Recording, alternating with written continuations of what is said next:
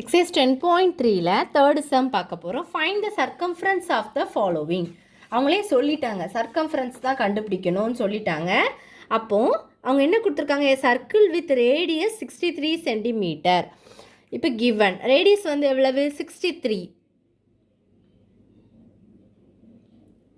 அவங்களே கொடுத்தாச்சு. என்ன கண்டுபிடிக்கணும், to find circumference of the circle. அப்போ என்ன கண்டுபிடிக்கணும், சர்க்கம்ஃபரன்ஸ் ஆஃப் சர்க்கிள் ஃபார்முலா என்னது, 2πr. இப்போ அவங்க ஏரியான்னு கொடுத்தாங்கன்னா ஏரியாவோட சர்க்கிள் போட்டு நீங்கள் கண்டுபிடிக்கணும். சர்க்கம்ஃபரன்ஸ் கொடுத்தாங்கன்னா 2πr 2 × 22/7 × 63.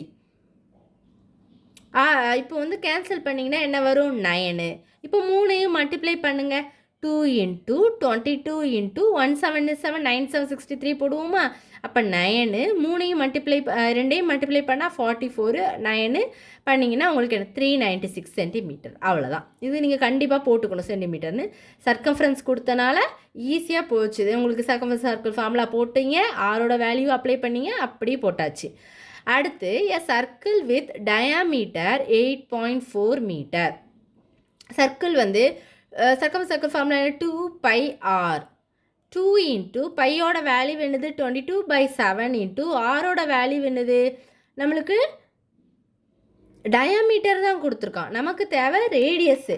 அப்போ நீங்கள் அதை டிவைட் பண்ணிக்கணும், அது கவனமாக பார்த்துக்கணும். டயாமீட்டர் 8.4, அப்போ ரேடியஸ் வரும்போது 8.4 / 2 which is equal to 1 2 is 2 4 2s are 8.2 4.2ன்னு வருதா. அதைத்தான் 6ல் போட்டுட்டு அப்புறம் நீங்கள் கேன்சல் பண்ணுங்கள். 177 0.67 கூட 7ஆல் மல்டிப்ளை பண்ணால் 4.2 கிடைக்கும். இப்போ நீங்கள் 3ஐயும் மல்டிப்ளை பண்ணணும். 2 × 22 × 0.6. அப்போ இது 44 ஆயிருமா. 44 × 0.6 மல்டிப்ளை பண்ணி பாருங்கள். 26.4 பாயிண்ட்லாம் கரெக்டாக வைக்கணும்.